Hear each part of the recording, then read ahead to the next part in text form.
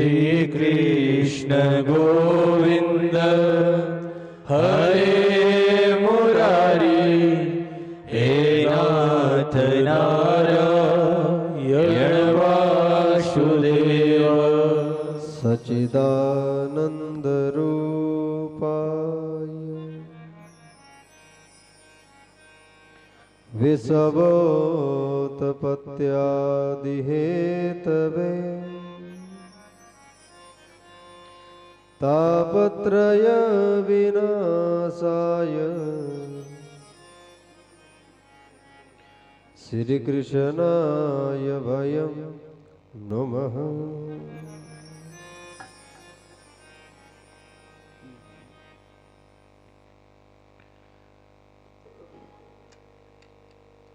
सर्व विघ्नों के नाशक, सिद्धियों को प्रदान करने वाले, गज के मुख को धारण करने वाले श्री गणपति जी महाराज अज्ञान रूपी अंधकार से ज्ञान रूपी प्रकाश की ओर ले जाने वाले प्रातः स्मरणीय श्री सद्गुरु भगवान जी वाणी तथा स्वरों के रूप में विराजमान मां सरस्वती जी, समस्त चराचर में व्यापक तीन प्रकार के तापों का नाश करने वाले कण कण व्यापी अखिलेश्वर निखिलेश्वर पारब्रह्म परमात्मा श्री गोकुलानंद जी महाराज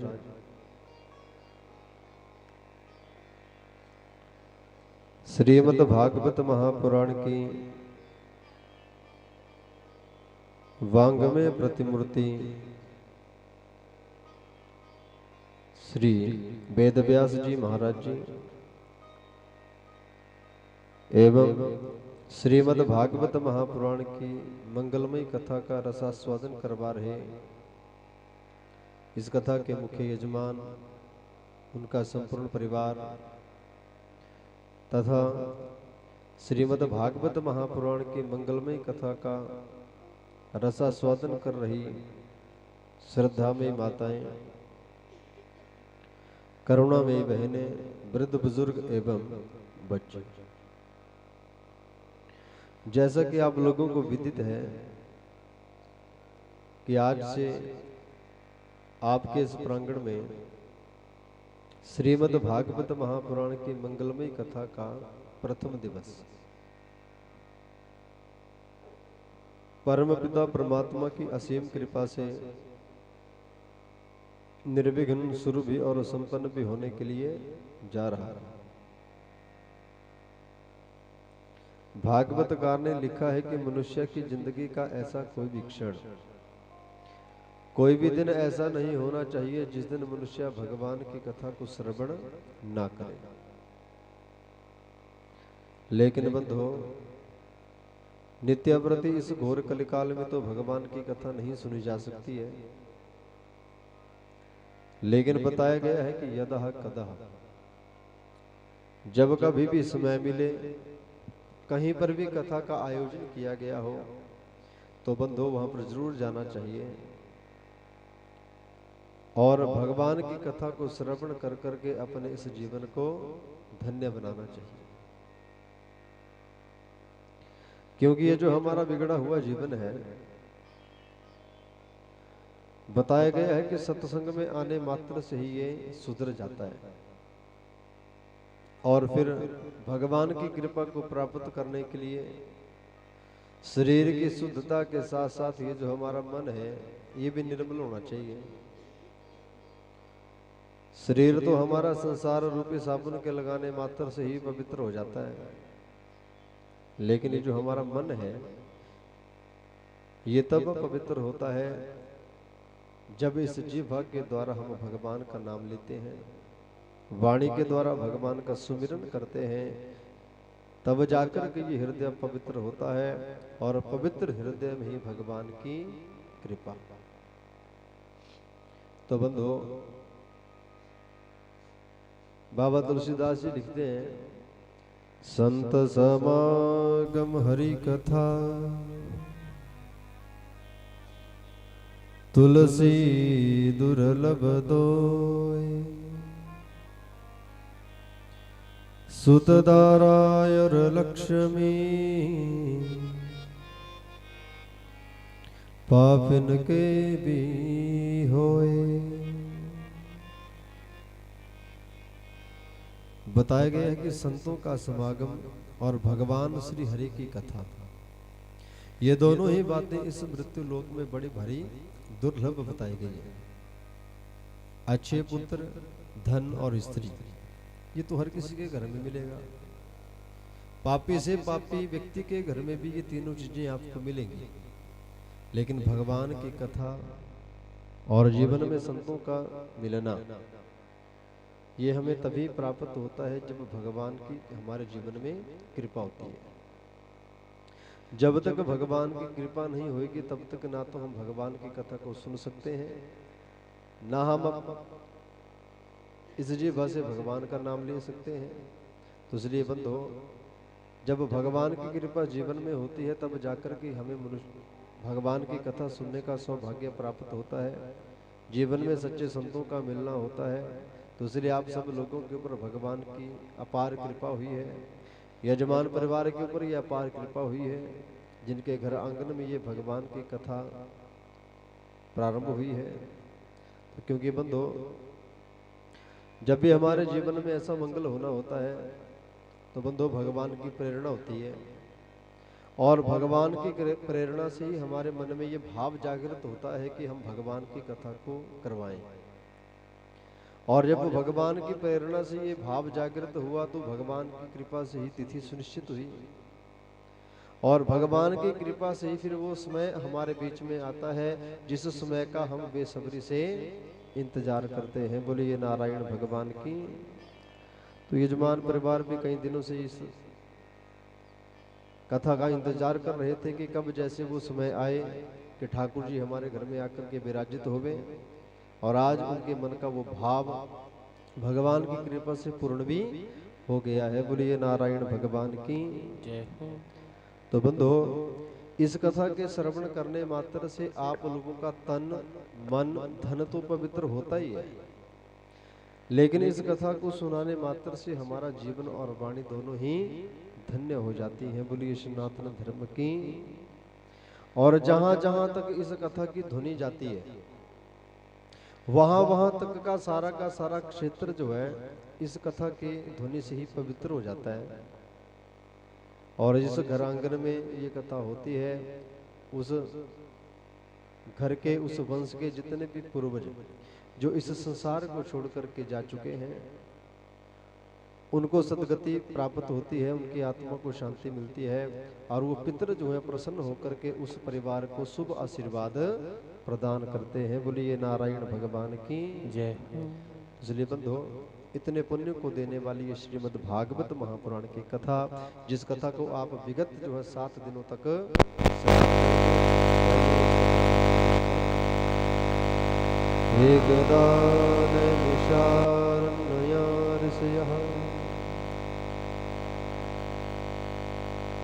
सौन का दया प्रपुच्छ मुनयः सर्वे सुतं पौराणिकं खलु।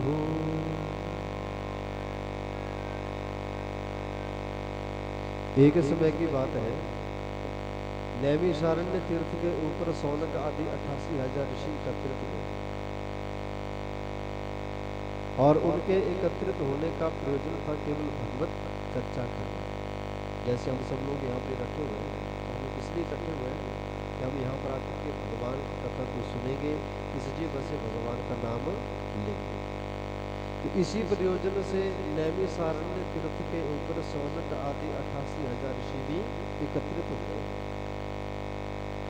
और उन्होंने 1000 वर्षों तक चलने वाला सृष्टि महायज्ञ करने का संकल्प ले लिया, मन से संकल्प कर लिया कि 1000 वर्षों तक चलने वाला सृष्टि महायज्ञ हम यहाँ पर करेंगे।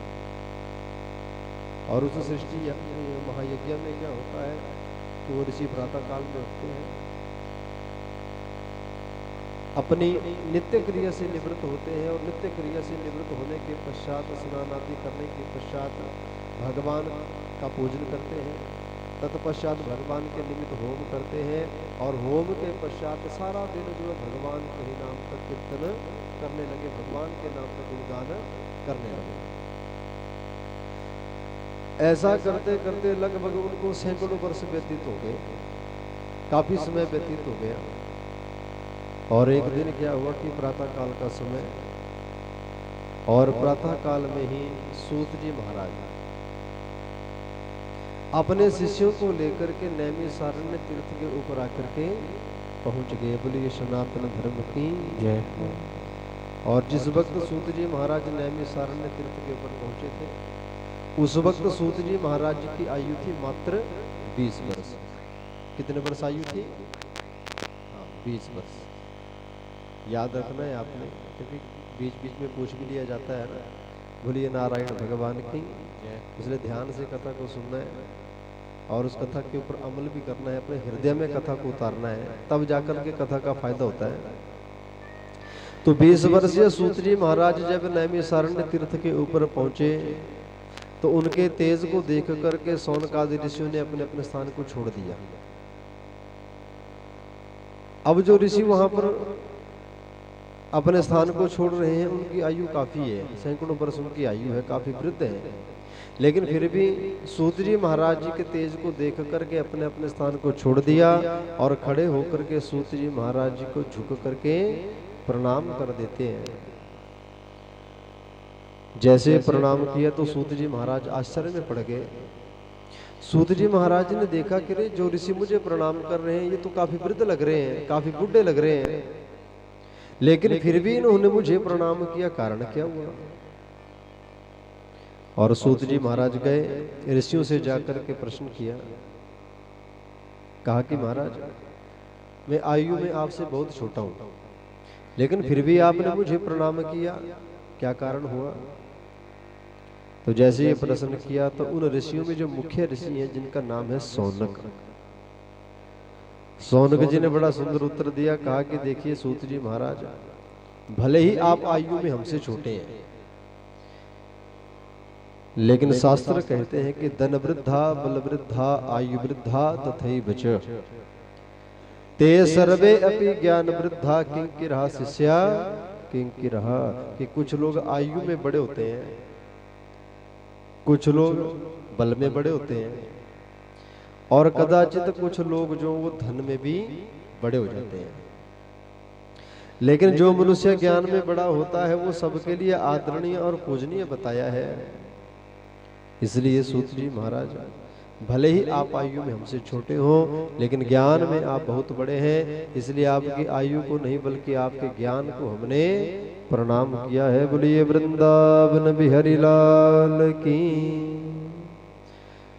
जैसे ही बंधो सौनक जी ने ये उत्तर दिया तो सूत जी महाराज जी का हृदय गदगद हो गया। सूत जी महाराज प्रसन्न हो गए, और ऋषियों ने सूत जी महाराज जी के चरणों को प्रक्षालित किया, ऊंचे सिंहासन के ऊपर विराजित कर दिया, और ऊंचे सिंहासन के ऊपर विराजित कर करके उनका पूजन करने के पश्चात दोनों हाथ जोड़ करके सूत जी महाराज जी से प्रार्थना करने लगे। क्या प्रार्थना कर रहे हैं? अज्ञान द्वंद विध्वंस कोटि सूर्य समप्रभ सूताख्या हि कथा सारम मम कर्ण रसायनम।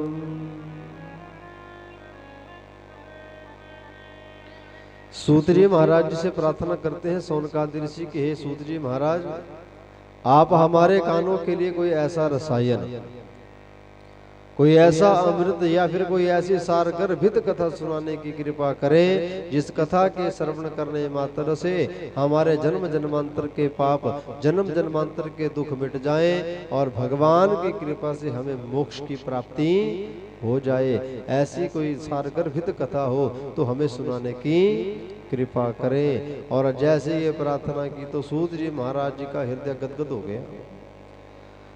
सूत जी महाराज कहते हैं कि ऋषियों आपने जो प्रार्थना की है, कहा कि बड़ी ही सुंदर प्रार्थना है, और कहा कि मैं यहाँ पर आया हूँ तो कहा कि जो भी आप मेरे से प्रार्थना कर रहे हैं मैं उसी के ही अनुकूल आपको जो है भगवान की कथा सुनाऊंगा, क्योंकि भगवान की कथा में बड़ी बड़ी समर्थ है।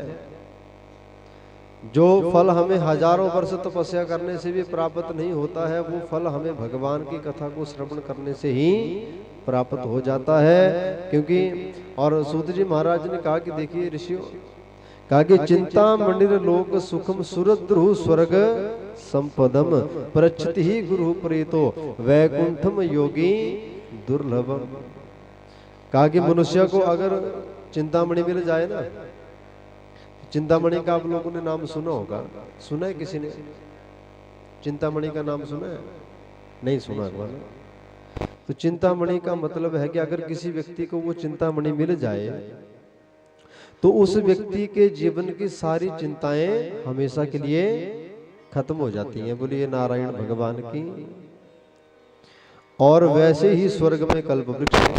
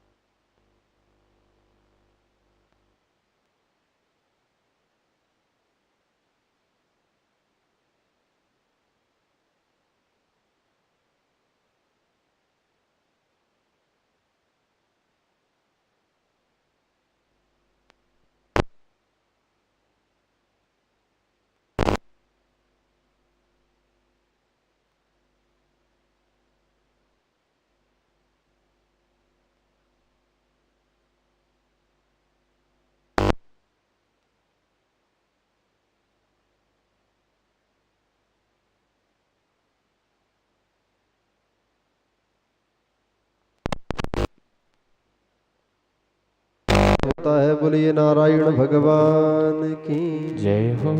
तो इसलिए आप सब मेरी शरण में आए हैं, तो इसलिए ऋषियों मैं आपको वही भगवान की कथा सुनाऊंगा जिससे आपका कल्याण होगा। और जब भी आपने कथा को सुनना है तो कहा कि बिल्कुल सावधान होकर के सुनना है। इसलिए सूत जी महाराज ने ऋषियों को कहा कि ऋषियों सावधान तया शृणु, कि आप भी बिल्कुल सावधान होकर के कथा को सुनना। क्योंकि कई बार ऐसा होता है कि बैठे तो हम कथा में होते हैं, शरीर से तो हम यहाँ बैठे होते हैं, लेकिन मन से हम पता नहीं कहाँ कहाँ घूम करके आ जाते हैं ना। ऐसा होता है ना कई बार।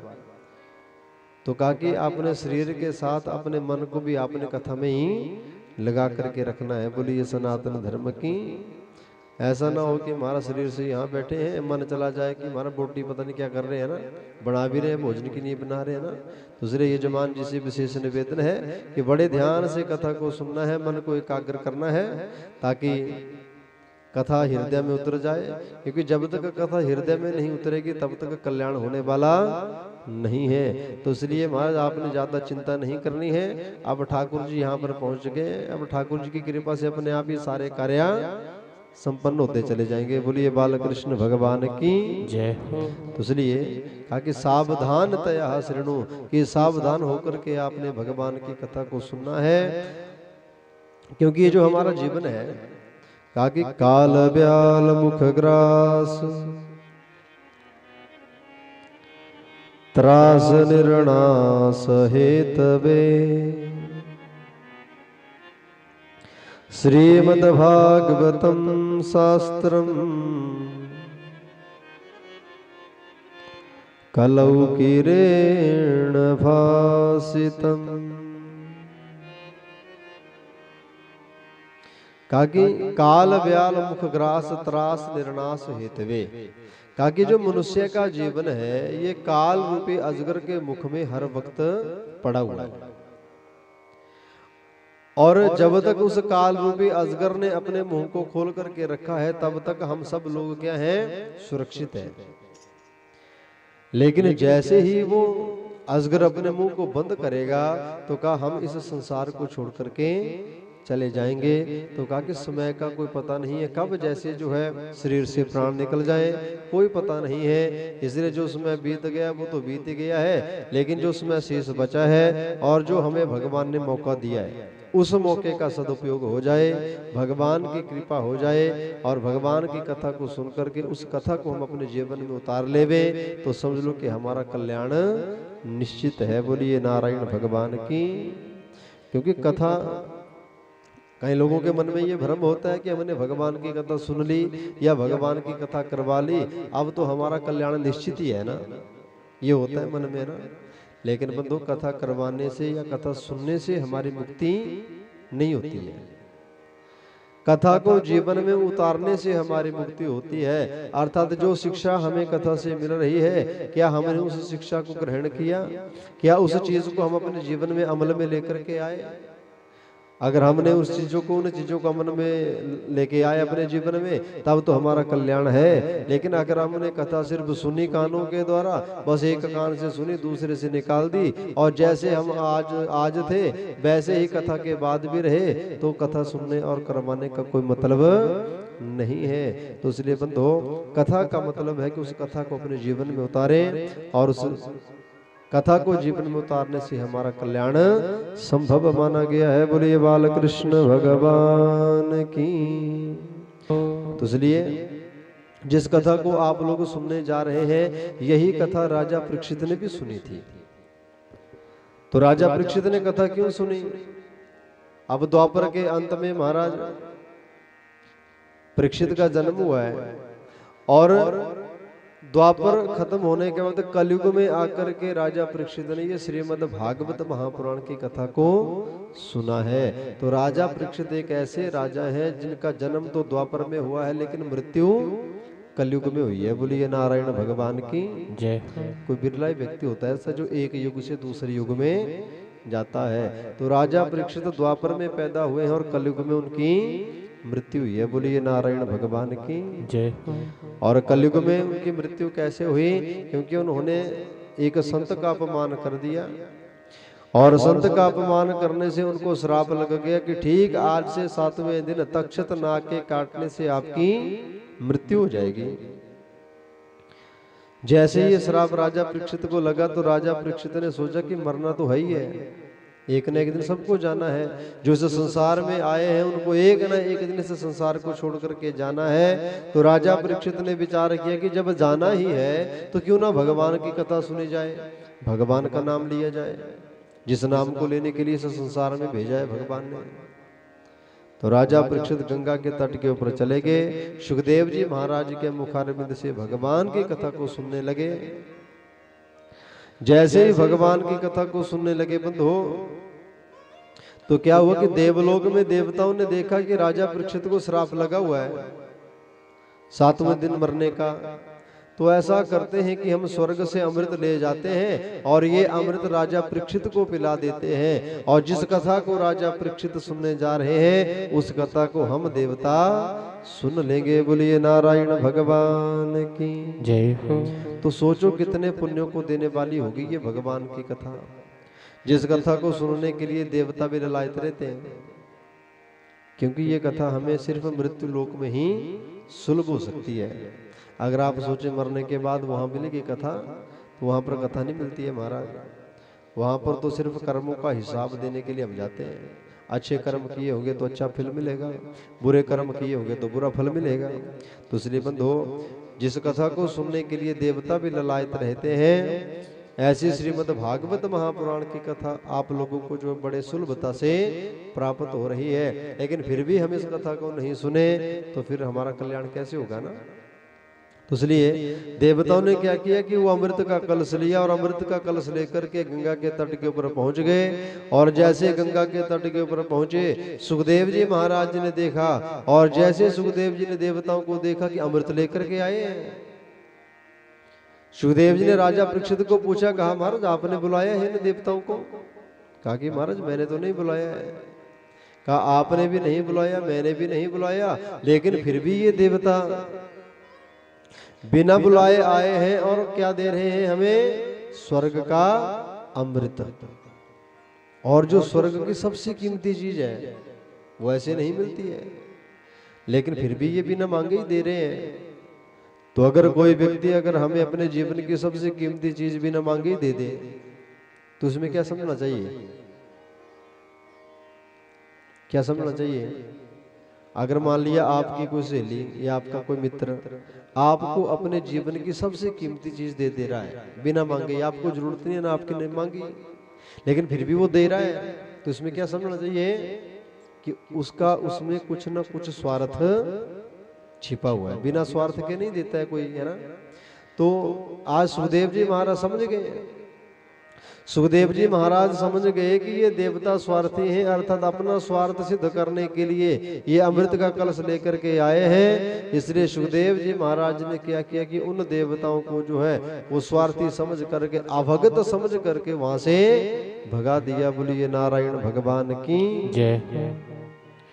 देवता भागे भागे ब्रह्मलोक में चले गए। कि ब्रह्मा जी से जाकर के पूछते हैं, और जाकर के ब्रह्मा जी से पूछा कि महाराज ऐसी कौन सी खासियत है श्रीमद् भागवत महापुराण में जो ये स्वर्ग का अमृत भी ठुकरा दिया गया। हम अमृत का कलश लेकर के गए थे राजा परीक्षित को देने के लिए, लेकिन उन्होंने ये अमृत ठुकरा दिया। हम जानना चाहते हैं कि ऐसी कौन सी खासियत है श्रीमद् भागवत महापुराण में जिसकी वजह से ये अमृत ठुकरा दिया गया। ब्रह्मा जी ने कहा कि चलो अगर ऐसा मन में कोई भ्रम है तो चलो चलते हैं और जाकर के परीक्षा ले लेते हैं कि ऐसी कौन सी खासियत है श्रीमद् भागवत महापुराण में। और परीक्षा लेने के लिए ब्रह्मा जी ने क्या किया कि तराजू लिया, और तराजू लेकर के देवताओं को साथ लेकर के गंगा के तट के ऊपर जाकर के पहुंच गए। और गंगा के तट के ऊपर जाकर के तराजू के एक पलड़े में, तराजू के एक पलड़े में श्रीमद् भागवत महापुराण को रख दिया गया, और तराजू के दूसरे पलड़े में दुनिया के समस्त साधन अमृत के सहित रख दिए गए। और जैसे ब्रह्मा जी ने तराजू ऊपर उठाया तो वो जो भागवत का पलड़ा है वो तो धरती के ऊपर रहा, लेकिन जो दूसरा पलड़ा है जिसने दुनिया के समस्त साधन थे वो पलड़ा जो ऊपर उठ गया, अर्थात वजन जिसमें ज्यादा होगा वो धरती के ऊपर रहेगा, और जिसमें वजन कम होगा वो ऊपर उठ जाएगा। तो इसलिए बंधुओं आज देवताओं की आंखें खुली की खुली रह गई, ब्रह्मा की आंखें खुली की खुली रह गई, आश्चर्य में पड़ गए फिर ऐसा कैसे हो गया।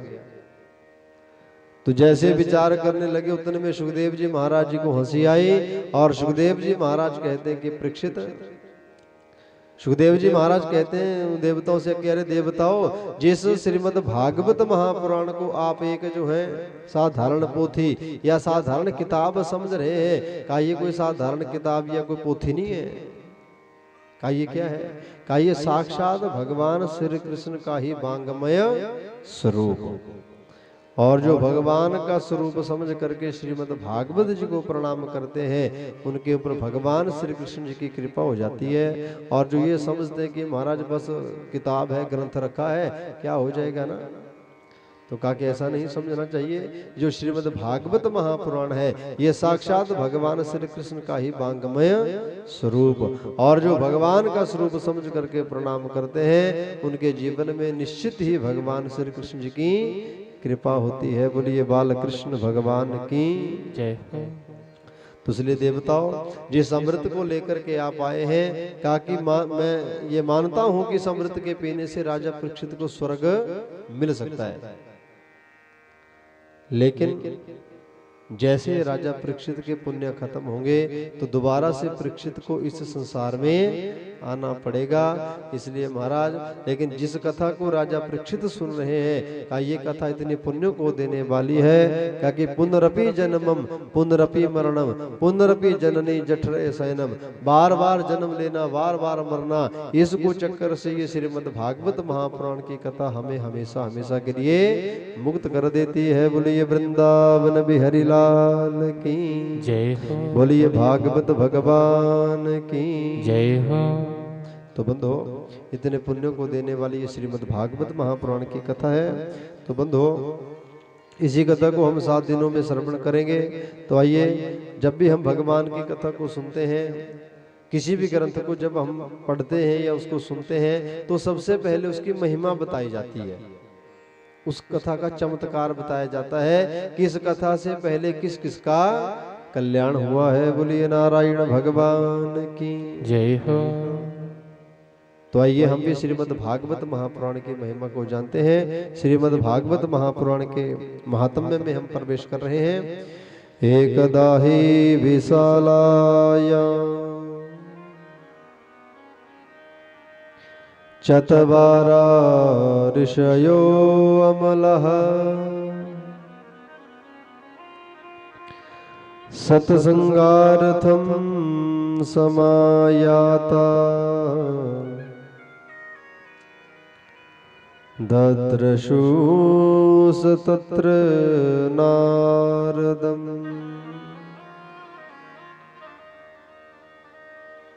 एक समय की बात है, ब्रह्मा के मानसिक पुत्र सनक, सनंदन, सनातन, सनत कुमार, ये चारों ऋषि सत्संग की भावना को लेकर के बद्री धाम में विचरण कर रहे थे। बद्री धाम में ये भगवान का सत्संग करने हेतु वहां पर भ्रमण कर रहे थे। और उसी वक्त क्या हुआ कि उन्होंने नारद जी को देखा। नारद जी को जैसे देखा तो किस स्थिति में देखे कि बड़े बड़े तीव्र गति से दौड़ते हुए जा रहे हैं, और ऐसा लग रहा है कि मानो उनके जीवन में कोई बड़ा भारी दुखों का पहाड़ टूट पड़ा हो। ऐसे जब दुखी होते हुए नारद जी को देखा तो आसनकादिक ऋषियों ने नारद जी को आवाज लगाई, कहा कि रे महाराज, आप इतने तीव्र गति से कहां दौड़े दौड़े जा रहे हैं? ऐसा लग रहा है जैसे किसी निर्धन व्यक्ति के पास थोड़ा सा धन होता है, उसको भी कोई चुरा करके ले जाता है तो वो व्यक्ति बड़ा भारी दुखी हो जाता है। तो ऐसा लग रहा है कि जैसे आपका भी किसी ने धन चुरा लिया हो। तो महाराज बताने की कृपा करें कि आप इतने दुखी क्यों हैं। जैसे इतना कहा, नारद जी दौड़ते हुए गए और जाकर के सनकादिक ऋषियों के चरणों में जाकर के प्रणाम किया। कहा कि महाराज, आप धन को चुराने की बात कर रहे हैं, अरे हम ठहरे साधु संत महात्मा, और महात्मा के पास कौन सा धन होगा? हमारे पास तो एक ही धन है, वो है भगवान का नाम, और उसको कोई दुनिया की ताकत तो चुरा नहीं सकती है। तो फिर महाराज, मेरा धन तो किसी ने चुराया ही नहीं है। सनकादिक ऋषि कहते हैं, महाराज फिर आप दुखी क्यों हैं? अपने दुख का कारण बताइए कि आप इतने दुखी होकर के इतने तीव्र गति से कहां जा रहे हैं दौड़ते हुए? तो जैसे इतना कहा तो नारद जी कहते हैं, कहा कि ऋषियों, तीनों लोकों का भ्रमण करता करता मैं मृत्यु लोक में गया था। और मैं मृत्यु लोक में इसलिए गया क्योंकि मुझे लगा कि मृत्यु लोक में जाऊंगा, लोगों को सुखी देखूंगा तो मेरे मन को शांति मिलेगी। लेकिन जैसे ही मैं इस मृत्यु लोक में गया तो मेरे मन में क्रांति पैदा हो गई। कहा क्या हुआ महाराज? कहा कि मैं आपको सारी घटना विस्तार से सुनाता हूँ। जब मैं इस मृत्यु लोक में गया तो सबसे पहले मैंने सोचा कि तीर्थों के ऊपर जाता हूँ, क्योंकि तीर्थों के ऊपर जाने से हमें क्या मिलता है? क्या मिलता है? तीर्थों के ऊपर जाकर के पुण्य मिलता है ना, और मन को क्या मिलती है? शांति। तो नारद जी कहते हैं कि मैंने भी सोचा कि तीर्थों के ऊपर जाऊंगा तो मेरे मन को शांति मिल जाएगी, मेरे मन को विश्राम मिल जाएगा, इसलिए सबसे पहले मैं तीर्थों के ऊपर गया। और तीर्थों में भी कौन कौन से तीर्थों के ऊपर गया? पुष्करम च प्रयागम च काशीं गोदावरीं तथा हरिक्षेत्रं कुरुक्षेत्रं श्रीरंग सेतु बंधनम।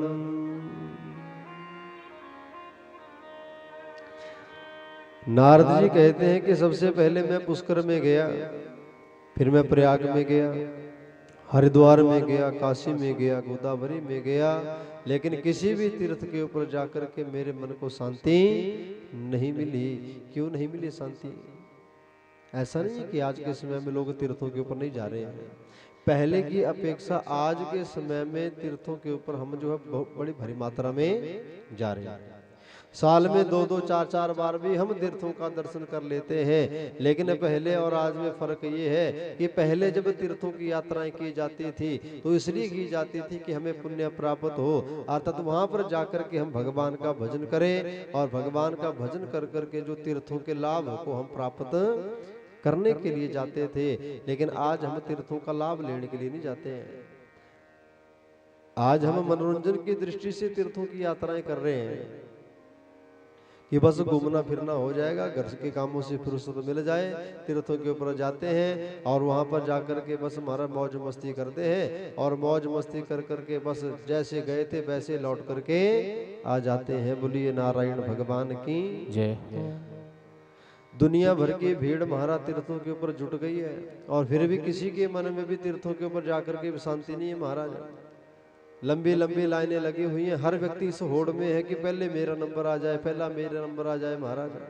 और अपना नंबर लगाने के लिए अगर किसी दीन को हम धक्का भी देना पड़ जाए ना, किसी असहाय को महाराज धक्का भी देना पड़ जाए तो उस असहाय को भी धक्का दे करके हम जो है वो अपना नंबर लगाने के चक्कर में आगे बढ़ जाते हैं। बोलिए सनातन धर्म की जय। किसी प्रकार की शांति तीर्थों के ऊपर नहीं है महाराज। और तीर्थों के ऊपर जाकर के हम दुराचार कर रहे हैं, महापाप कर रहे हैं तीर्थों के ऊपर। आज उसमें ऐसा आ गया है कि मनुष्य तीर्थों के ऊपर जाकर के भी पाप करने से कतराता नहीं है।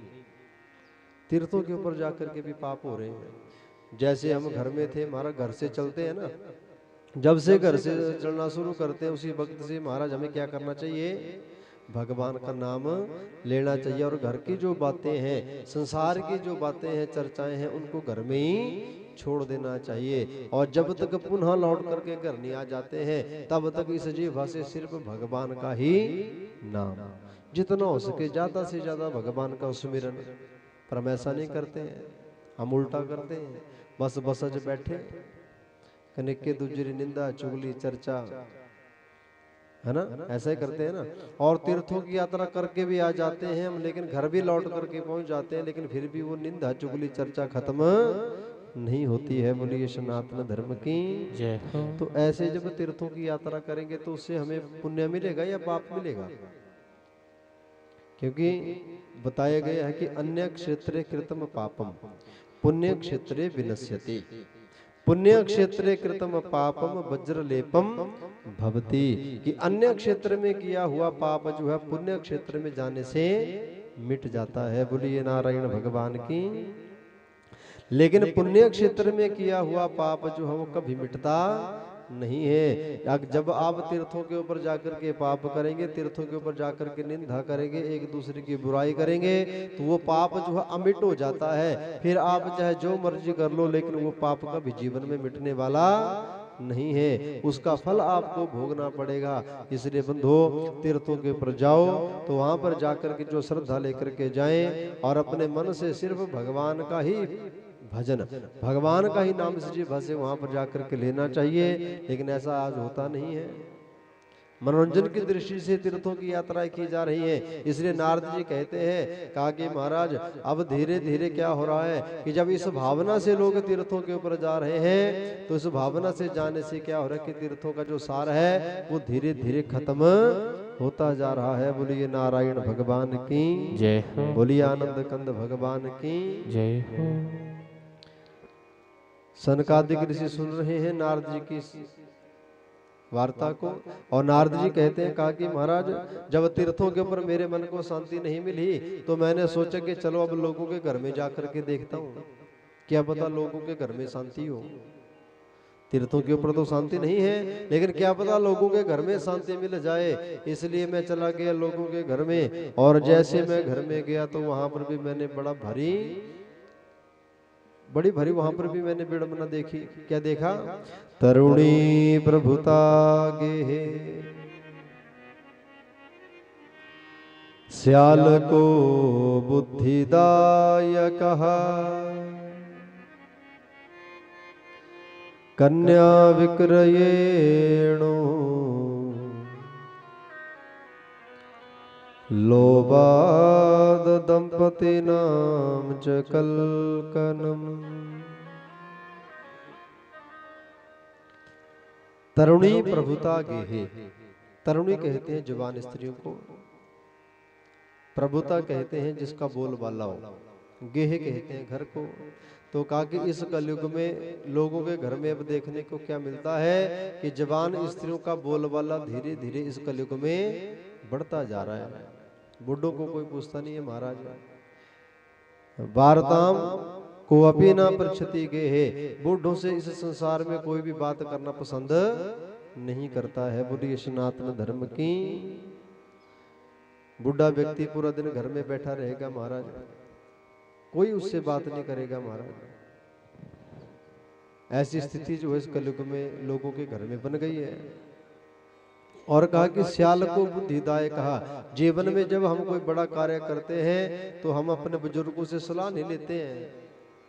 आज के समय में सलाह अगर लेनी हो तो किससे ली जाती है? श्याल को बुद्धिदाय कहा। ससुराल से हम लोग सलाह लेते हैं।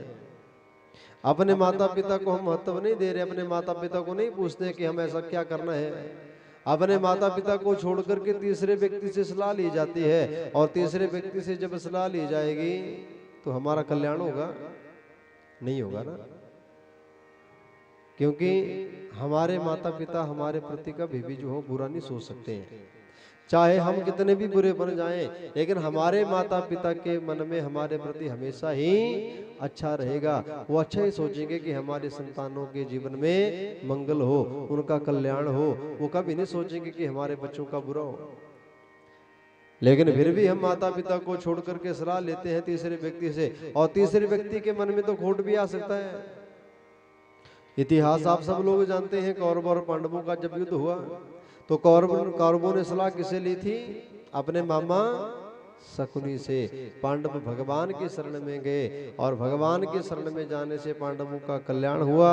कौरव 100 भाई थे, लेकिन 100 के 100 मारे गए। ऐसी उल्टी सलाह दे दी शकुनी ने कि महाराज, उनके मन में खोट आ गया कि अगर दुर्योधन का विनाश होगा तभी तो हमारे इसकी संपत्ति मुझे मिलेगी। बोलिए नारायण भगवान की जय। तो इसलिए बंधु हो, अपने बुजुर्गों को महत्व दें, उनकी सेवा करें, और उनकी सेवा कर करके जीवन में जब भी कोई बड़ा कार्य करना हो तो माता पिता से सलाह जरूर करें। बोलिए सनातन धर्म की जय। लेकिन आजकल ऐसा समय नहीं है। बच्चे उल्टा सोचते हैं कि माता पिता खुद आकर के हमसे सलाह लें ना।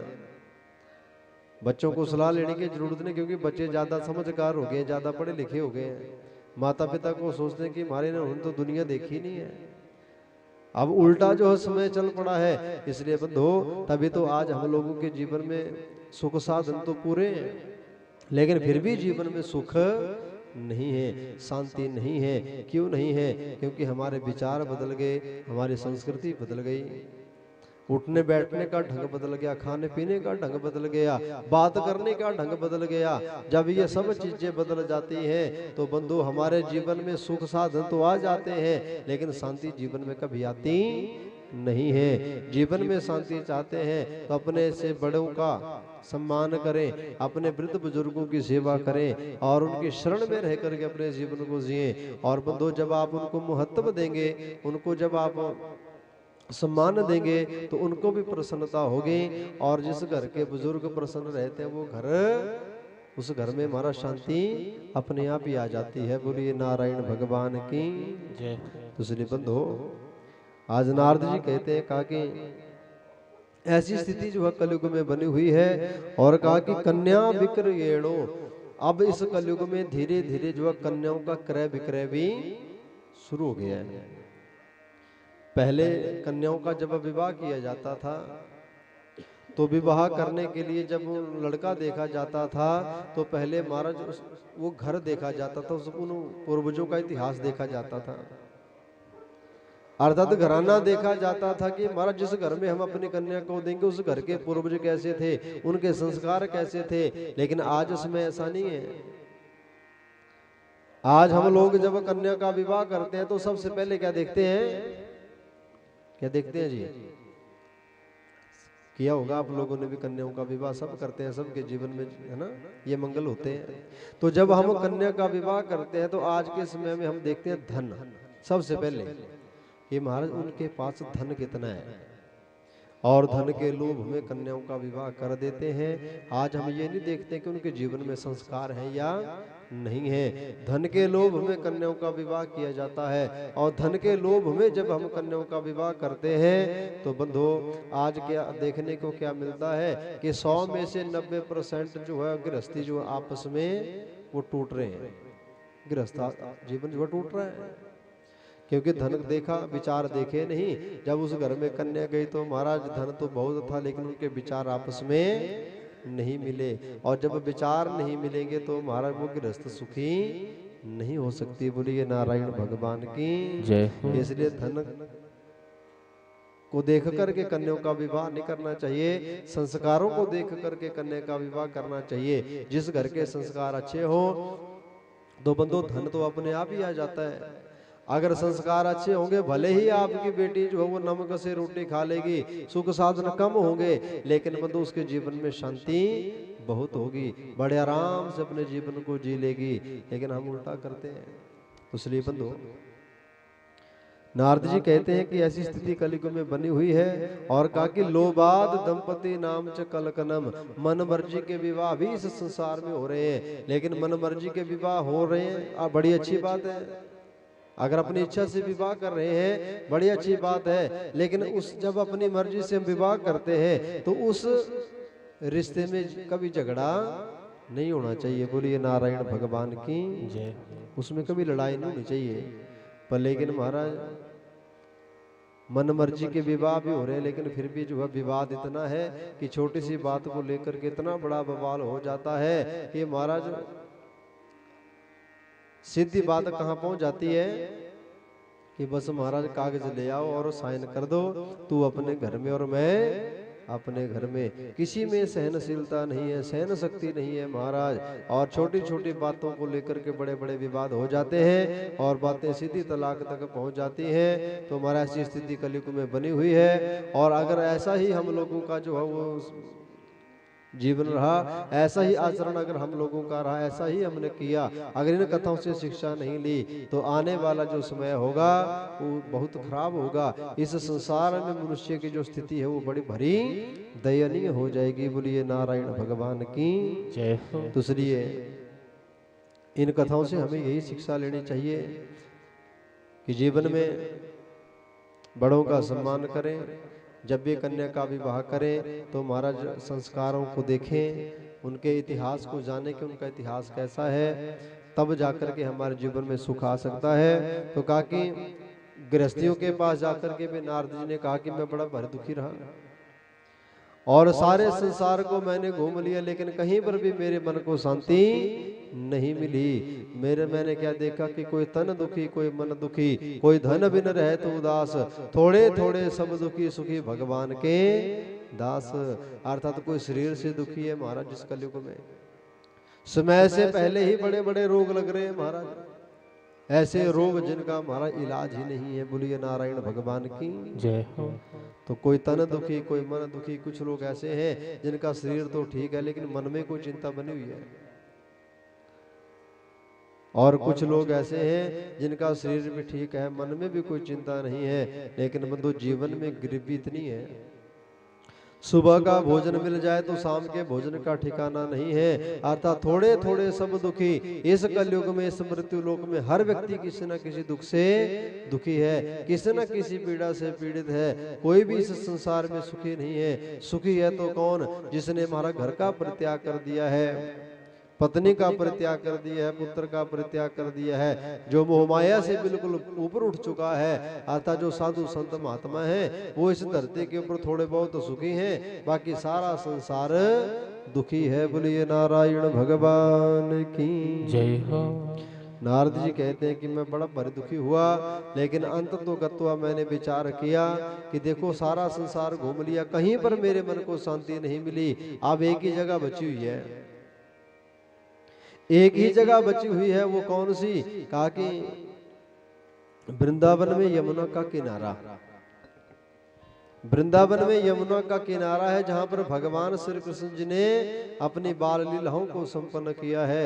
हो ना हो वहां पर मेरे मन को तो जरूर शांति मिलेगी। इसलिए नारद जी कहते हैं कि मैं दौड़ता हुआ यमुना के तट के ऊपर चला गया और जैसे यमुना के तट के ऊपर पहुंचा तो वहां पर भी मैंने एक बड़ा भारी कौतुक देखा। तत्राश्चर्यं मया दृष्टं श्रूयतां तन्मुनीश्वरः एका तु तरुणी तत्र निष्णाम खिन्नमानसः। मैंने देखा कि यमुना के तट के ऊपर एक युवती बड़े खिन्न मन से बैठी हुई है, करुण क्रंदन कर रही है, रो रही है, और दो बूढ़े पुरुष उसके सामने अचेत अवस्था में पड़े हुए हैं, बेहोशी में, और कुछ देवियां उसकी सेवा में लगी हुई हैं। और जैसे मैंने देखा कि ये युवती बड़े बड़े दुख में है, संकट में है, मेरे हृदय से आवाज आई कि देखो जब कोई स्त्री संकट में होती है ना, भले ही आप उसको जानते हैं या नहीं जानते हैं, लेकिन हमारा धर्म कहता है कि हमें उस युवती की रक्षा करनी चाहिए, उसके दुख को जानना चाहिए। और मैं तो एक महात्मा था, साधु था, तो हमारा तो जीवन ही परोपकार के लिए है। तो इसलिए मैंने सोचा कि इस युवती से इसके दुख को जानता हूं। और जैसे चलने लगा, जैसे मैं चलने लगा तो मेरे हृदय से आवाज आई। क्या आवाज आई? कि देखो स्त्रियों का समूह है और स्त्रियों के समूह में किसी संत को बिना बुलाए नहीं जाना चाहिए। जहां पर स्त्रियां बैठी हो वहां पर किसी संत को या किसी पुरुष को बिना बुलाए नहीं जाना चाहिए, अपमान भी हो सकता है। तो इसलिए नारद जी कहते हैं कि मैं पीछे मुड़ गया और जैसे मैं वापिस चलने लगा उस युवती ने मुझे देख लिया था और देखते उस युवती ने मुझे आवाज लगाई, भो भो साधु क्षणमतिष्ठ मा चिंतामपि नाशयः दर्शनं तव लोकस्य सर्वथा गहरं परम्। आज भक्ति महारानी करुण क्रंदन करती हुई, रोती बिलखती हुई कहती है, काकिरे नारद जी आप मेरे दुख को दूर कीजिए, क्योंकि मैंने सुना है कि आप जैसे संतों का अगर दर्शन भी हो जाए तो व्यक्ति के जन्म जन्मांतर के दुख मिट जाते हैं, जन्म जन्मांतर के पाप मिट जाते हैं। इसलिए प्रभु आप मेरे दुख को भी दूर करने की कृपा करें। नारद जी कहते हैं कि जैसे युवती ने मुझे पुकारा मैं दौड़ता हुआ चला गया। जैसे ही मैं दौड़ता हुआ गया मैंने पूछा, रे देवी बद देवी सब विस्तारम सुबस्य दुखस्य कारणम, हे देवी आप अपने दुख का कारण बताइए कि आप दुखी क्यों हैं और अपना परिचय दीजिए कि आप हैं कौन। तो जैसे मैंने परिचय पूछा तो उस युवती ने कहा कि मेरा नाम है भक्ति। क्या नाम है? भक्ति। द्रविड़ देश में मैं पैदा हुई, कर्नाटक में मेरा लालन पालन हुआ, महाराष्ट्र आदि प्रांतों में मेरी बड़ी भरी जय जयकार हुई, लेकिन इसी भारत के कुछ ऐसे प्रांत हैं जहां पर मेरा बड़ा भारी खंडन हुआ और मैं भक्ति वृद्ध हो गई। और ये जो आप देख रहे हैं जो दो बूढ़े पुरुष हैं ये कोई और नहीं है, ये मेरे ही पुत्र ज्ञान और वैराग्य हैं। अर्थात हम ये भी बूढ़े हो गए हैं समय के प्रभाव से। लेकिन जैसे ही मैं इन अपने पुत्रों को लेकर के इस यमुना के तट के ऊपर पहुंची तो कहा कि मैं भक्ति तो जवान हो गई, लेकिन ये जो मेरे दो पुत्र हैं ज्ञान और वैराग्य ये अभी भी बूढ़े हैं। बोलिए नारायण भगवान की। तो बंधु कहने का भाव है कि भक्ति तो आज भी जवान है, भक्ति आज भी जवान है, क्योंकि भक्ति की कोई कमी नहीं है। जगह जगह के ऊपर भगवान के सत्संग, जगह जगह के ऊपर भगवान की कथाएं, जगह जगह के ऊपर भगवान के यज्ञ हो रहे हैं, लेकिन भगवान की कथाएं तो हो रही हैं, लेकिन बंधु उन कथाओं से हम ज्ञान नहीं ले पा रहे हैं। अर्थात समझते सब कुछ हैं, जितनी भी कथा सुनते हैं उस सारी कथा को समझते हैं और हमें यह भी पता चल रहा है कि इस कथा से हमें क्या शिक्षा मिल रही है, लेकिन सिर्फ हम समझते हैं, लेकिन जीवन में उसको स्वीकार स्वीकार नहीं करते हैं। बोलिए नारायण भगवान की जय। और यही कारण है कि हम दुखी हैं। तो बंधु भक्ति तो आज भी जवान है, लेकिन ज्ञान और वैराग्य आज भी बूढ़े हैं। अर्थात हम कथा तो सुनते हैं और जब तक हम कथा सुनते हैं तब तक तो वो ज्ञान बना रहता है इस पंडाल तक, कि आज के बाद ऐसा नहीं करेंगे जैसा पंडित जी बोल रहे हैं। लेकिन जैसे इस पंडाल को छोड़ करके जाते हैं तो बस महाराज जाते जाते घर पहुंचने से पहले सारी कथा खत्म हो जाती है। बोलिए नारायण भगवान की जय हो। जाते जाते कहेंगे कि अरे महाराज पंडित जी ने बड़ी अच्छी कथा सुनाई है ना।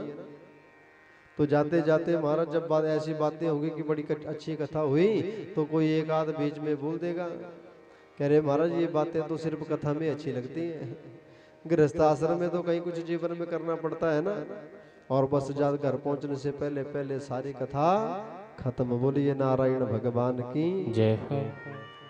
तो इसलिए बंधो इन कथाओं को केवल सुनना ही नहीं है, इन कथाओं को जीवन में उतारना भी है, अर्थात अमल भी इनके ऊपर करना है। जब तक अमल नहीं करेंगे तब तक कल्याण होने वाला नहीं है। तो इसलिए बंधो आज भक्ति महारानी कहती है, कहा कि महाराज समय के प्रभाव से कहा कि इस वृंदावन में पहुंच करके मैं भक्ति तो जवान हो गई, लेकिन ये मेरे दोनों पुत्र अभी भी बूढ़े हैं। इसलिए प्रभु आप कृपा करिए और मेरे दुख को दूर कीजिए, क्योंकि जिसका भी आपने मार्गदर्शन किया है उन सब के दुख जो हैं दूर हुए हैं। भक्त ध्रुव के ऊपर आपने कृपा की है, भक्त प्रहलाद के ऊपर आपने कृपा की है, तो प्रभु आज मेरे ऊपर भी कृपा कर दीजिए। क्योंकि अगर मैंने विचार कर लिया है किसी यमुना के तट के ऊपर आकर के भी मेरा दुख दूर नहीं हुआ, तो कहा कि इस स्थान को ही छोड़ करके इदम स्थानम परित्यज्य विदेशो गम्यते मया, कि मैं भक्ति जो है इस भारत को ही छोड़ करके कहाँ चली जाऊंगी, विदेशों में चली जाऊंगी। बोलिए सनातन धर्म की जय हो। और आज आप देख रहे हैं कि धीरे धीरे भक्ति का जो रुझान है वो विदेशों की तरफ बढ़ता जा रहा है। हम लोग भारतवर्ष में पैदा हुए हैं, लेकिन भारत में पैदा होकर के भी भगवान की भक्ति नहीं कर पा रहे हैं। तो इसलिए बंधो हमें इन कथाओं से यही ज्ञान लेना चाहिए कि देखो जब विदेशी लोग भी हमारे तीर्थों के ऊपर आ रहे हैं, आज के समय में आप देखो जाकर के तो दुनिया भर के विदेशी जो हैं वो हमारे तीर्थों के ऊपर आकर के तीर्थों का लाभ ले रहे हैं। अर्थात वहां पर आकर के वो भगवान का भजन कर रहे हैं, माला जप रहे हैं, भगवान का कीर्तन कर रहे हैं, और हम लोग तीर्थों के ऊपर जाकर के भी नाम नहीं ले पाते हैं। तो जब तीर्थों के ऊपर जाकर के भी भगवान का नाम नहीं ले पाएंगे तो फिर हमारा कल्याण कैसे होगा। बोलिए नारायण भगवान की जय हो। तो इसलिए बंधु भक्ति महारानी कहती है कि अगर आप जो है अगर मेरा दुख यहाँ पर भी दूर नहीं हुआ तो मैं इस स्थान को ही छोड़ करके जो विदेशों में चली जाऊंगी। तो जैसे इतना कहा तो नारद जी कहते हैं काकिर देवी आप चिंता क्यों करते हैं, भले ही भगवान श्री कृष्ण जो इस धरा को छोड़ करके चले गए हैं, लेकिन फिर भी जो है भगवान कण कण में विद्यमान है, जर्रे जर्रे में है झांकी भगवान की, पर किसी सूझ वाली आंख ने पहचान की। इसलिए देवी आप भगवान के चरणों का ध्यान करिए और मुझे विश्वास है कि निश्चित ही भगवान आपके जीवन में कृपा करेंगे। तो बंधु नारद जी ने अपनी तरफ से तो सब कुछ करके देख लिया, गीता भी सुनाई, वेदों को सुनाया, शंख निनाद किया, लेकिन ज्ञान वैराग्य उठते हैं और जैसे नारद जी गीता सुनाना बंद करते हैं तो दोबारा से उबासी आती है और दोबारा से सो जाते हैं। बोलिए सनातन धर्म की जय हो। तो जब नहीं ज्ञान वैराग्य की स्थिति ठीक हुई, भक्ति का दुख जब दूर नहीं हुआ, तो आज भक्ति महारानी को आदेश किया कि आप भगवान श्री कृष्ण जी के चरणों का ध्यान करें और निश्चित कि आपके जीवन में भगवान श्री कृष्ण जी की कृपा हो जाएगी। तो आज नारद के कहने पर भक्ति महारानी भगवान श्री कृष्ण जी के चरण कमलों का ध्यान करने लगी। क्या प्रार्थना कर रही है, ब्रज के नंद लाला श्री राधा जी के सांवरिया, सब दुख दूर हुए जब से तेरा नाम लिया, सब दुख दूर हुए जब से तेरा नाम लिया, वो सब दुख दूर हुए जब से तेरा नाम लिया, सब दूर हुए जब से तेरा नाम लिया। ओ ब्रज के नंद लाला श्री राधा जी के सांवरिया, सब दुख दूर हुए जब से तेरा नाम लिया। सब दुख दूर हुए जब से तेरा नाम लिया। थोड़ी थोड़ी ताली की सेवा। हरि बोल।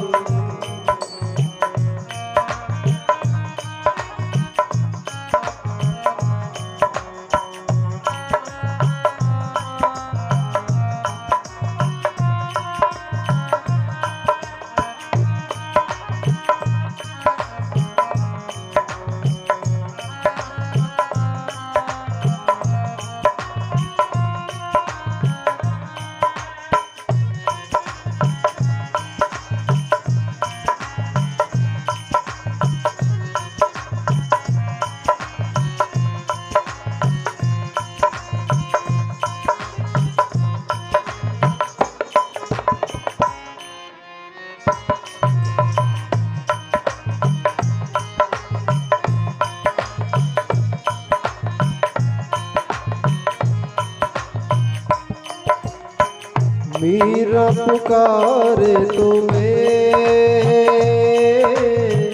गिरिधर गोपाला। मीरा पुकारे तुम्हें गिरिधर गोपाला। वो बन गया अमृत में विष का भरा प्याला। बन गया अमृत में विष का भरा प्याला। विष का भरा प्याला। विष का भरा प्याला। वो कौन मिटाए उसे, वो कौन मिटाए उसे। वो जिसे तूने राख लिया। सब दुख दूर हुए जब से तेरा नाम लिया। सब दुख दूर हुए जब से तेरा नाम लिया। वो ब्रज के नंद लाला श्री राधा जी के सांवरिया, सब दुख दूर हुए जब से तेरा नाम लिया। सब दुख दूर हुए जब से तेरा नाम लिया।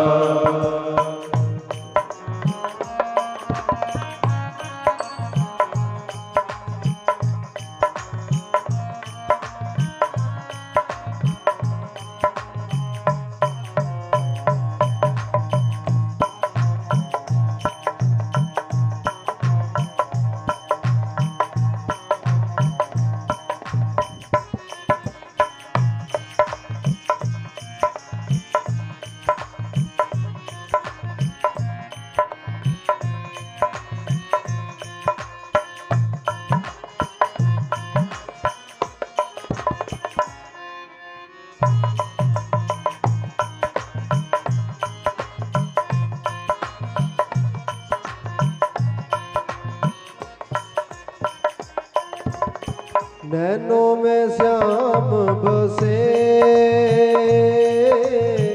मन में बनवारी। नैनों में श्याम बसे मन में बनवारी। वो सुध बिसराय गई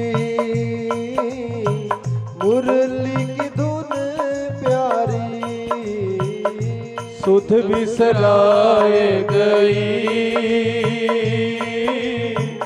मुरली की धुन प्यारी, मुरली की धुन प्यारी, मुरली की धुन प्यारी। वो मेरे मन मंदिर में, ओ मेरे मन मंदिर में, ओ रास रचाओ रसिया,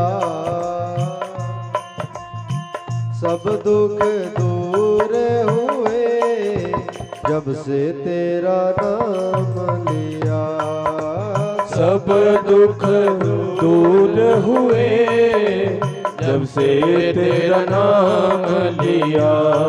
वो सब दुख दूर हुए जब से तेरा नाम लिया, सब दुख दूर हुए जब से तेरा नाम लिया। वो सब दुख दूर हुए जब से तेरा नाम लिया, सब दुख दूर हुए जब से तेरा नाम लिया। जब से तेरा नाम लिया, जब से तेरा नाम लिया, जब से तेरा नाम लिया, जब से तेरा नाम लिया। ब्रज के नंद लाला श्री राधा जी के सांवरिया, सब दुख दूर हुए जब से तेरा नाम लिया, सब दुख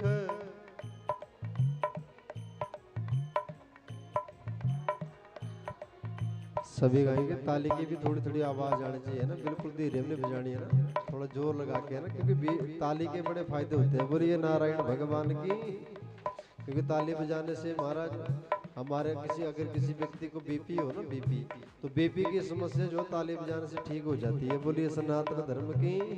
और 100 में से 90 लोगों को आज बीपी की समस्या है महाराज, है ना। तो 7 दिन में हमारा कथा भी हो जाएगी और बीपी भी नियंत्रण में आ जाएगा। बोलिए नारायण भगवान की।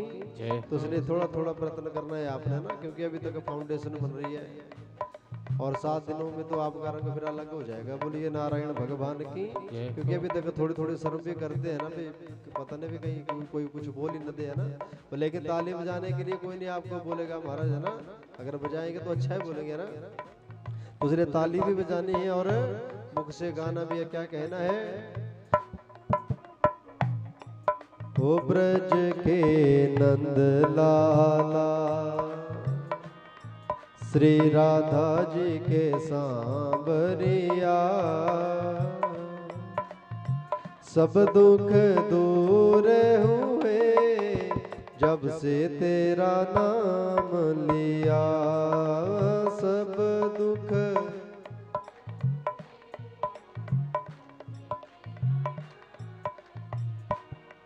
वो सब दुख दूर हुए जब से तेरा नाम लिया, सब दुख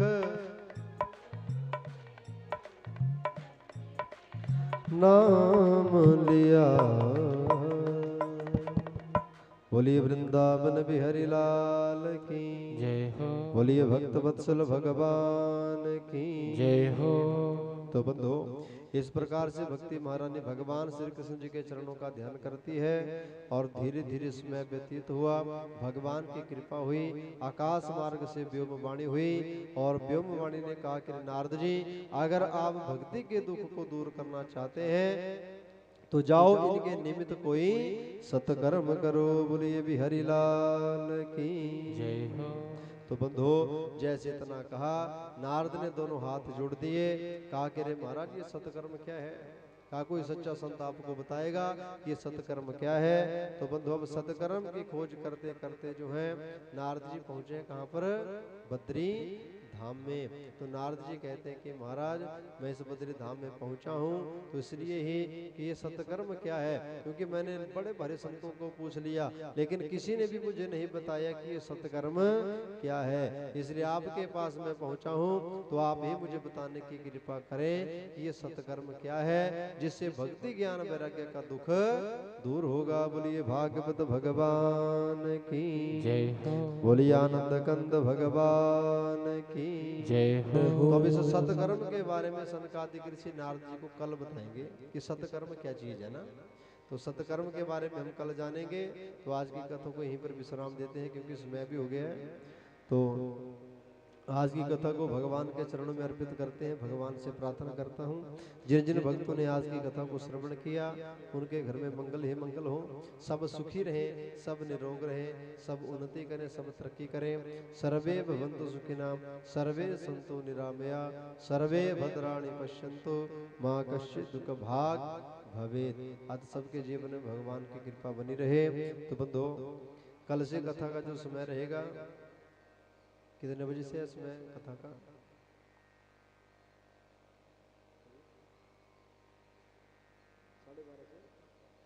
तो 12:30 से 3:30 बजे तक भगवान की कथा का समय है। तो सभी से निवेदन है कि समय के ऊपर आए। एक दिन कथा का बीत गया, 5 दिन और समझो आप, है ना, क्योंकि 7वां तो फिर चला चली का मेला होता है। तो इसलिए 5 दिन और हैं पूरे और 7वां दिन तो फिर विश्राम का ही होता है। तो सभी से निवेदन है 12:30 बजे कथा का समय है, लेकिन आप लोगों ने समय के ऊपर आना है क्योंकि कथा का नियम है कि वक्ता से पहले श्रोता उपस्थित होने चाहिए।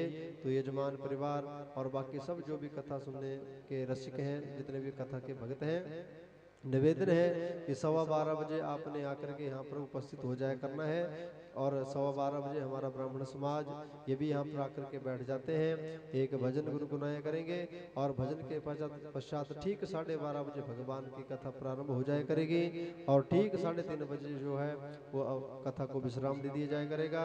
तो सभी से निवेदन है समय के ऊपर आए, भगवान की कथा का लाभ लें और कथा के पश्चात सबको जो है चरणामृत प्रसाद और भोजन की व्यवस्था भी रहेगी या प्रसाद ही है, भोजन भी है। तो सबके लिए भोजन भी यहाँ मिला करेगा कथा के बाद। तो सभी से निवेदन है कि कथा भी सुने सब परिवार आकर के और भोजन ग्रहण कर करके अपने जीवन को धन्य बनाए। तो बंधो और सायंकालीन आरती का जो समय है वो 7:30 से 9 बजे तक है। तो 7:30 से 9 बजे तक जो है आरती और कीर्तन आदि जो है वो रात्रि में हुआ करेगा। और सुबह पूजा का जो समय है वो भी 7:30 से 9 है। और उससे पहले जो है 6 से लेकर के 7 बजे तक जो मूल पाठ जो विशेष इस कथा का अंग है, तो सुबह 6 से 7 बजे तक जो है वो संस्कृत में भागवत जी का जो मूल पाठ किया जाता है उसको भी आप लोगों ने श्रवण करते रह करना है। मौका मिल जाए तो बैठ करके सुन लें, अगर बैठ करके नहीं सुन सकते तो चलते फिरते काम भी करते रहे और भागवत के श्लोकों का श्रवण भी करते रहे, क्योंकि एक श्लोक आधा श्लोक भी कान में पड़ जाए तो भी बंधु भगवान की कृपा जीवन में हो जाती है। तो इस तरह से बंधु ये 7 दिन तक जो है रूपरेखा रहेगी।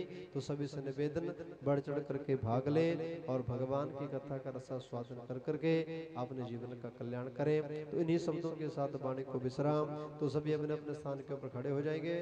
ठाकुर जी को पहले भोग और फिर भगवान की आरती।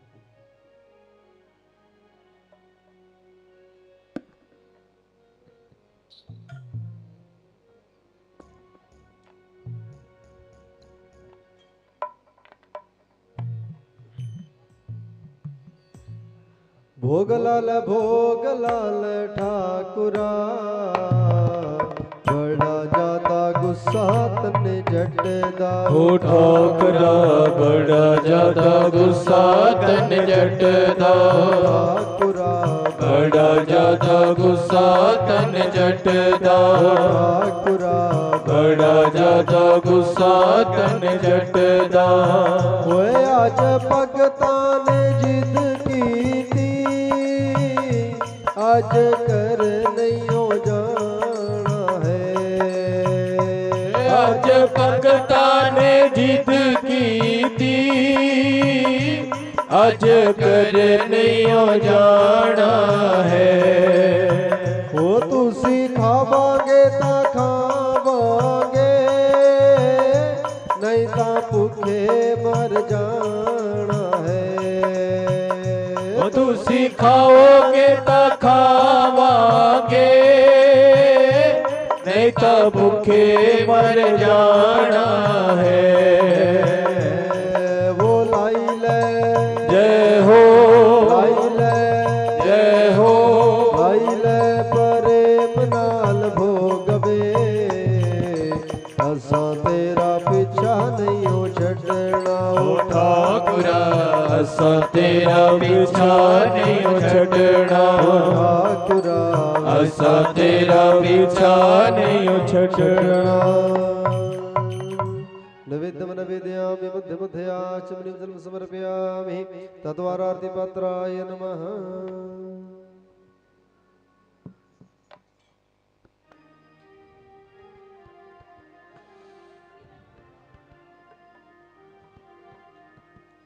श्री भागवत भगवान की ये आरती, पापियों को पाप से है तारती। श्री भागवत भगवान की ये आरती, पापियों को पाप से है तारती। श्री भागवत भगवान की ये आरती, पापियों को पाप से है तारती। श्री भागवत भगवान की ये आरती, पापियों को पाप से है तारती। ये अमर ग्रंथ ये मुक्ति पंथ ये पंचम वेद निराला, नभ ज्योति जगाने वाला।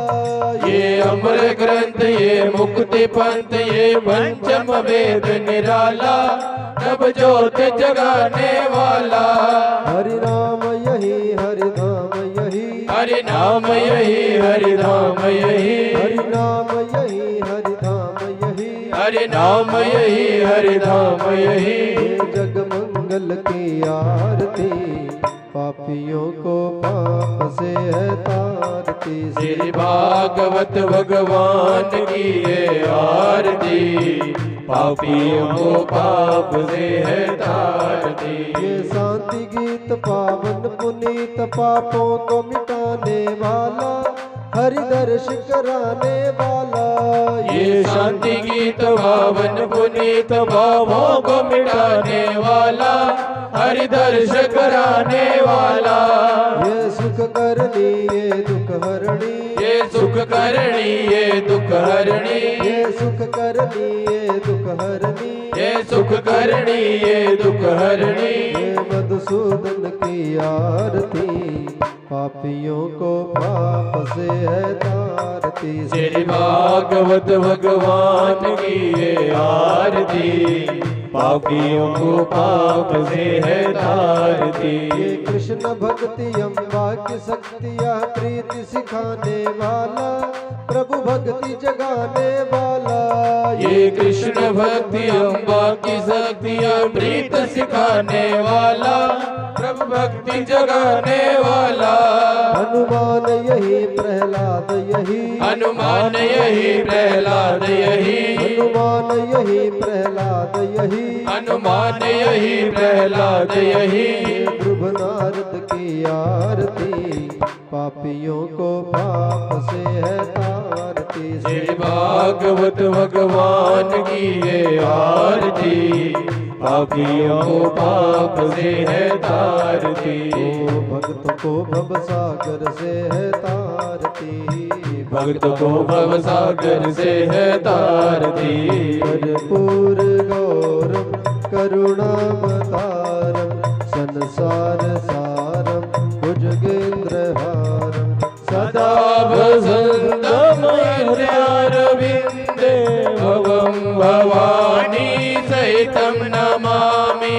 अच्युतम केशवम राम नारायणम, कृष्ण दामोदरम वासुदेवम हरे। श्रीधरं माधवं गोपिका वल्लभं, जानकी नायकं श्री रामचन्द्रं भजे। रामचंद्रम भजे कृष्णचंद्रम भजे, राधिका नायकम कृष्णचंद्रम भजे। राधिका नायकं श्री कृष्णचन्द्रं भजे। बोल वृंदावन बिहारी लाल की जय हो। शंकर भगवान की जय हो। लक्ष्मी नारायण भगवान की जय हो। बोलिए आज के आनंद की जय हो। बोलिए कल के परमानंद की जय हो। धर्म की जय हो। अधर्म का विनाश हो। प्राणियों में सद्भावना हो। विश्व का कल्याण हो। यथा कीर्तन का प्रचार हो। भगत जनों का उद्धार हो। गौ माता की सेवा हो। वेद माता गायत्री की जय हो। सत्या सनातन धर्म की जय हो। सद्गुरु भगवान की जय हो। मातृ पितृ भगवान की जय हो। जय जय श्री राधे जय जय श्री राधे जय जय श्री राधे श्याम। ओम जगनेन जगनमय जन्तदेवास्थानि धर्माणि प्रथमान्यासन्नाते हनाकं महिमानः सचन्द्र यत्र पूर्वे साध्यः सन्ति देवः। मंत्रपुष्पाञ्जलिं समर्पयामि। पुराणपुरुषोत्तमाय नमः। श्रीमद्भागवत महापुराणाय नमः। सभी से निवेदन व्यासपीठ पर सभी